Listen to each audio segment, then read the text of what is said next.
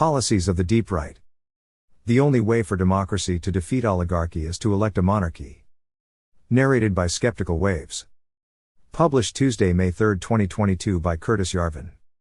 Matthew Iglesias asks, what are these new freaks even for? Like, what are their ideas?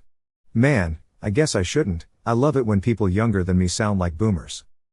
He maybe even read all about the principles of the deep right and still had no clue.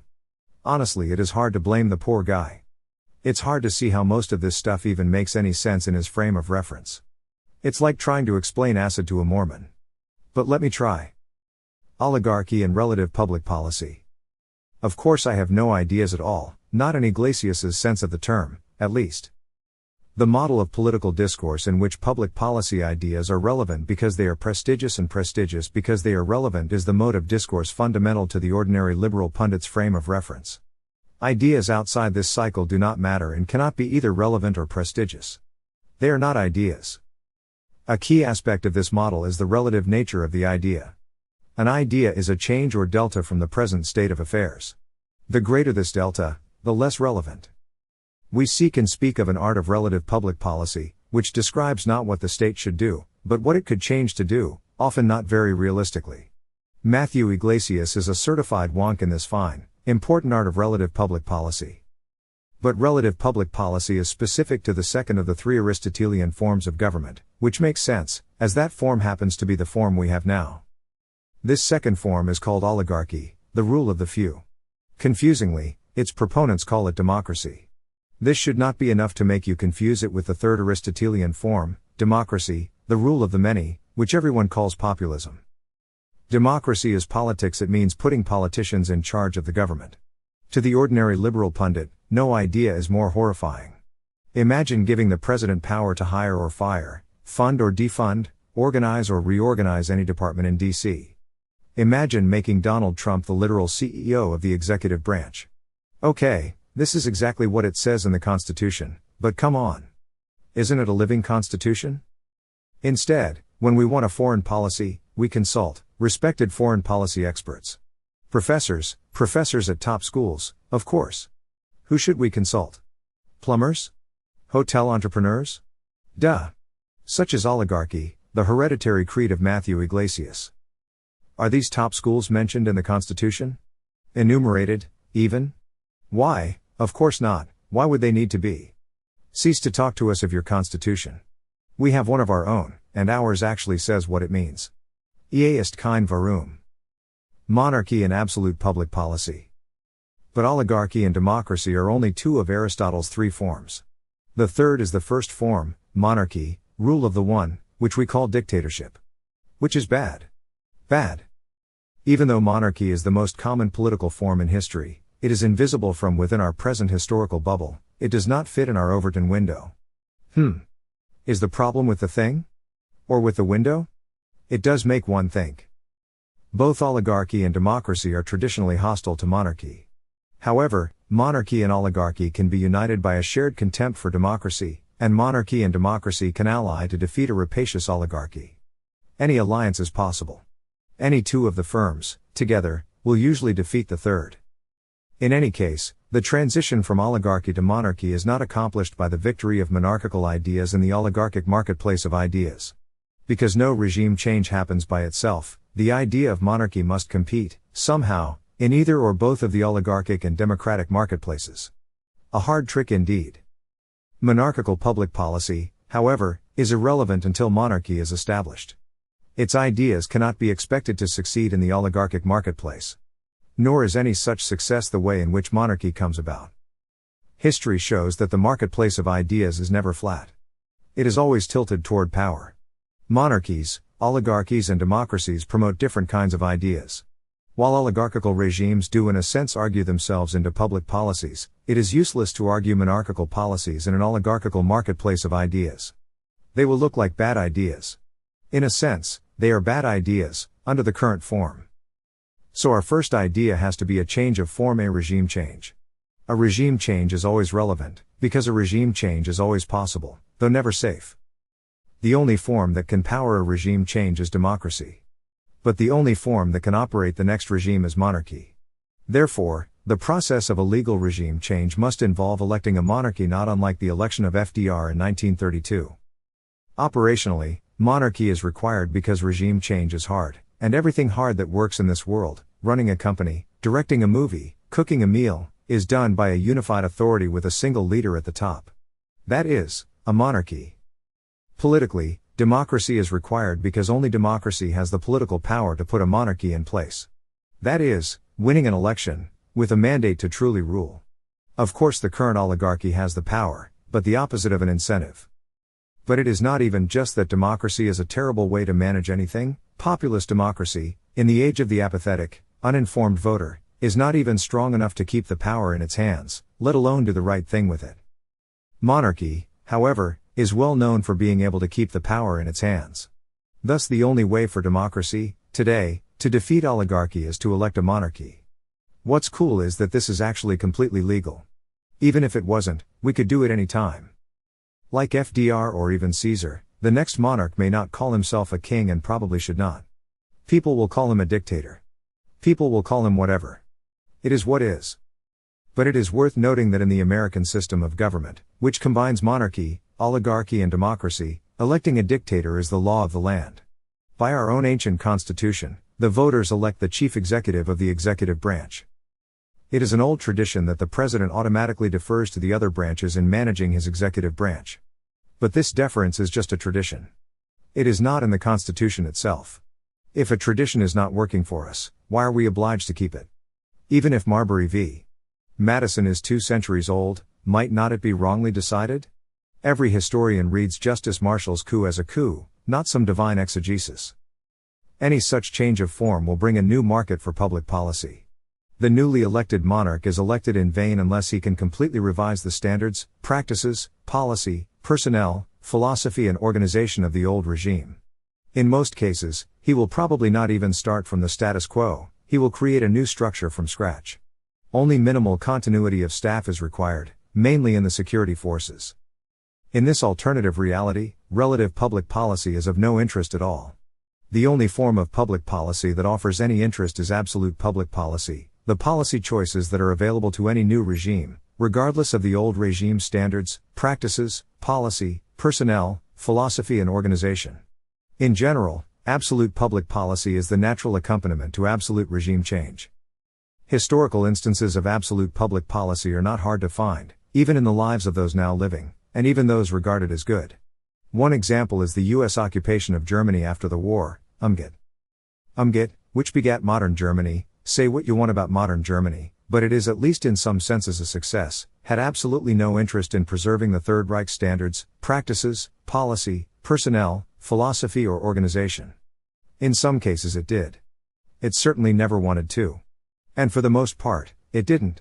And UMGIT was as absolute a regime as the Third Reich itself, it even burned books. Furthermore, politics is the art of the possible. And until the art of absolute policy in the modern world is at least mapped, if not yet explored, there is a limit to how far it can be explored in the lab. A democratic monarchical regime change is impossible. Since it has no policy roadmap, it will fail. Since it will fail, it will never even happen. While thinking about monarchical absolute policy in an oligarchical, relative reality might seem quixotic, history reminds us that realities change. And intellectual work, by making it possible for our own reality to change, can make itself useful in practice. Stranger things have come to pass. And needless to say, all this absolute policymaking is very legal, and very cool. As Bill Ayers once put it, America is a great country. Salus populi suprema lex. What does this absolute public policy look like, anyway? Many readers presumably still think I am dodging this important question of what I am for. And maybe I am. Before the age of legalistic oligarchy, manuals of absolute public policy were widely published. They were called mirrors for princes. Grey mirror comes from this term. Machiavelli's The Prince is technically in this genre, though its ironic and amoral tone is very atypical. More medieval works are very sincere, moralistic and even spiritual. Anyone seeking a program for a 21st century monarchy would do much worse than to consult these kinds of sources, rather than 20th century economics and social science. But the pre-revolutionary consensus on the purpose of government is quite consistent. It fits in a Latin motto, Salus populi suprema lex, the health of the people is the supreme law. By salus populi we might as well say common good, the favorite mantra of another corner of the new right. The purpose of a king is to preserve and improve the health of the people, not just their physical health, but their spiritual health, their general well-being. The general well-being of the population is the sum of the individual well-being of each subject. Oligarchies and democracies have citizens, who either have political power, or, more often, the semblance of power. Monarchies have subjects who look after themselves. The salus populi or common good sounds boring and obvious. It is not boring or obvious. Taken seriously, it is alien and revolutionary. Foreign policy.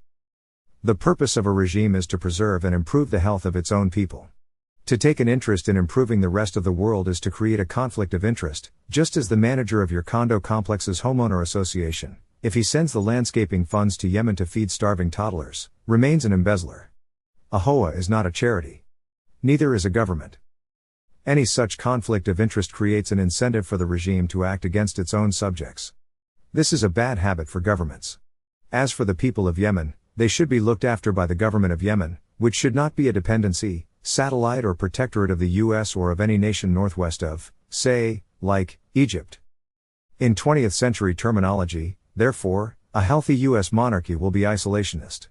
It will abandon its current empire, not at all unlike Gorbachev discarding the Soviet Empire, and lovingly tend its own garden. And defend itself if need be.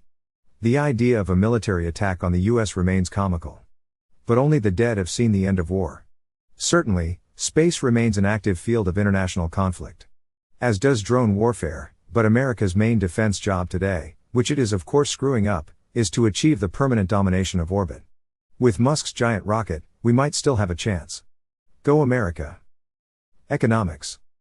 20th century regimes, with mostly terrible results, embrace the weird economic idea that the purpose of an economic planner is to maximize the total consumer price of all the goods and services that the economy produces. This is called the GDP and an increase in it is called growth. To paraphrase Edward Abbey, tumors also grow. The purpose of economic management is this growth. And once it has been adjusted for the growth in prices, then adjusted again to reflect hedonic changes in price-quality ratio, it is the much desired real growth. This form of numerology was never known before the 20th century, yet weavers still span, and farmers still raised pigs. The theory of real growth is that it measures the amount of utility that producers produce, as Wikipedia tells us, a measure of pleasure or happiness. When we measure GDP, we are measuring, literally, in numbers the quantity of total human desire that all the producers in the country satisfied that year. Of course, some desire food, whereas others desire caviar, and what is their ratio of value? By the kilogram, how much better are sturgeon eggs than chicken eggs? How much more valuable would chickens be, if genetically engineered to lay beluga? This would be growth indeed. To see how much growth, just check the market price. Yet the caloric value of these commodities is roughly equal. What is especially interesting about this GDP frame is its relationship to another California craze of the 20th century, Buddhism. As everyone knows, the Buddha too spoke of desire. In fact, Buddhists believe, just like modern macroeconomists, that the purpose of life is to conquer desire. And the only true way to conquer desire, the Buddha said, is to satisfy it completely. Oh, wait. He actually didn't say that. More like, the opposite? But anyway. Where were we? Of course the appeal of metrics like GDP is their quantitative, measurable quality. They suggest what Thomas Carlyle called a government carried on by steam. There is real merit in quantitative governance, but not if, when gamed, it creates a disaster. Government by GDP, invented in the UK and US, has led both nations to rationally destroy their own industrial bases, like the bombing of Germany, but self-inflicted. At least no white phosphorus was used, though, in some places in the Rust Belt, one might think it was. A well-managed economy does not have a Rust Belt. One alternative which might persuade the next regime is a human asset model. The government literally treats itself like a corporation whose assets are human robots.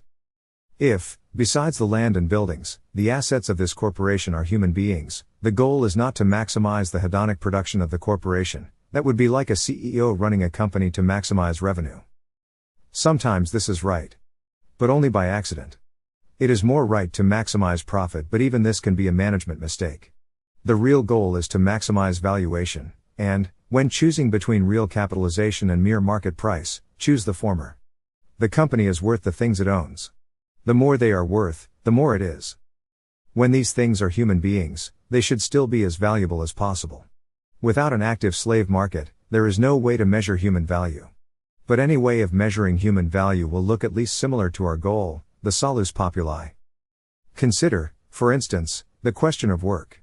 According to both macroeconomics and Reddit, the value of work is negative. Work is defined by disutility. So the less work Americans do, the better. According to this Reddit Harvard libertarian theory of government, if the Chinese are willing to do all the work of making our stuff, in exchange for pieces of green paper, they are suckers and we should let them. We get all the utility. They get the disutility, and some paper. What's not to like? This idea conflicts with both traditional common sense and the human asset model. Common sense tells us that work is good for the human soul. The human asset model tells the regime that work, in most cases, is good for the human asset. It increases the productive powers of the asset. Which may not be quite exactly the salus populi, but it at least correlates with the common good better than the satisfaction of desire. And on the scale of the nation, producing increases the nation's productive power, obviously making the nation stronger and more valuable. Whereas any nation that consumes but does not produce can be just dropped on its face by the producers. Imagine America if Chinese container ships just sailed to the international date line, dumped the containers in the Marianas Trench, and stamped their own green paper. What would change for the Chinese? The stamps on their bonds. China, of course, invented paper money. What would change for the Americans? Without either consumer goods, or an infrastructure to manufacture consumer goods? Hopefully at least you have a gun, probably no shortage there. Liberal economists consider the basic task of an economic planner to be the equalization of labor supply and demand, in such a way that production satisfied the human needs of all consumers, and consumption created demand for the human labor of all producers. The goods should fit the consumer, the work should fit the worker. Ideally, everyone is working up to, and developing, the limits of their human ability. Of course, not all humans are born with the same talents and/or limits. The goal of matching supply and demand is often easily accomplished by restricting supply, for example, by restricting trade, mercantilism, or restricting technology, Luddism. An especially promising approach to the creation of labor demand is restricting old technology, for example, textile automation, thereby creating a market for high-quality, high-dignity artisanal labor. Obviously, a skilled artisan is by any metric a more valuable asset than a welfare client or a bullshit job paper pusher. Needless to say, this kind of policy makes no sense to 20th century liberal economists. This is why flying from Shanghai to New York feels like flying from New York to Rio. There is a zeroth world, and you don't live in it. Instead you live in free trade hell, or heaven, if you happen to work for Apple. One way to understand the impact of technology on economics is to compare tech to a natural resource, like oil. Economists know the resource curse that afflicts a nation in which 5 guys can pump the entire national GDP up from a hole in the ground. Similarly, WhatsApp once served almost 1 billion users with a mere 30 engineers. As technology advances, every labor market loses labor demand, even engineers. And there is no force of nature which guarantees every human a positive marginal product.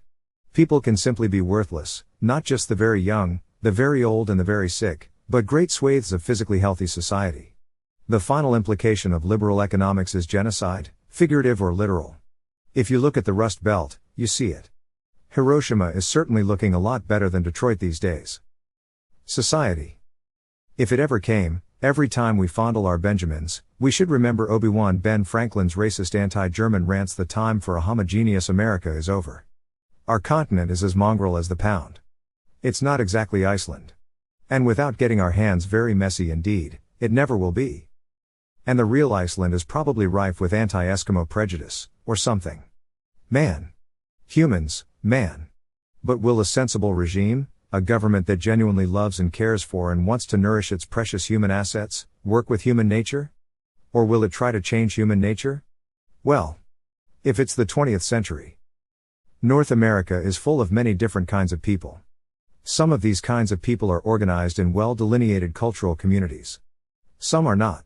But whatever your culture, a capable regime will value and cherish and respect it, not try to wreck it or homogenize it with some other culture. For example, one crucial mark of a successful polycultural regime is that it respects the right of every culture to educate its own children, by default and without penalty, in its own ways and traditions. Violating this principle is not exactly the Holocaust, but it does fit Raphael Lemkin's original definition of genocide. Just to let you know. In general, a culture should be governed by its own members under its own rules. Strict geographic separation is not needed for this millet or pillar system, though it tends to develop anyway. There is little to be gained by geographic, but not cultural, homogenization of disparate populations. But it is perfectly possible for human beings to live cheek by jowl with other human beings who are governed differently. The relations between all these cultures should be amicable and financially neutral. Economic exchange between cultures should have a neutral trade balance, easily implemented by distinguishing between internal and external currencies. No culture should be dependent on, or dominant over, another, financially or otherwise. One of the most important cultures in any nation today is the post-cultural globalist culture. This is the most valuable of all cultures in human asset terms, also, the most dangerous. It is just as important to treat these people well, as to keep them in check. The regime that fails at either of these tasks has numbered its days. Globalists are just another religion or culture. They are not special. In the oligarchy, their belief system became a state religion, almost a total religion. It was as if we had been ruled by Byzantine monks, and declaring that the Holy Spirit proceeds from the sun could get you kicked off Twitter or out of elementary school. Well, every private religion can become a state religion, and vice versa. Not only is there nothing wrong with these people, when they are bad, they are very bad, when they are good, they are really quite good, but power is a hell of a drug.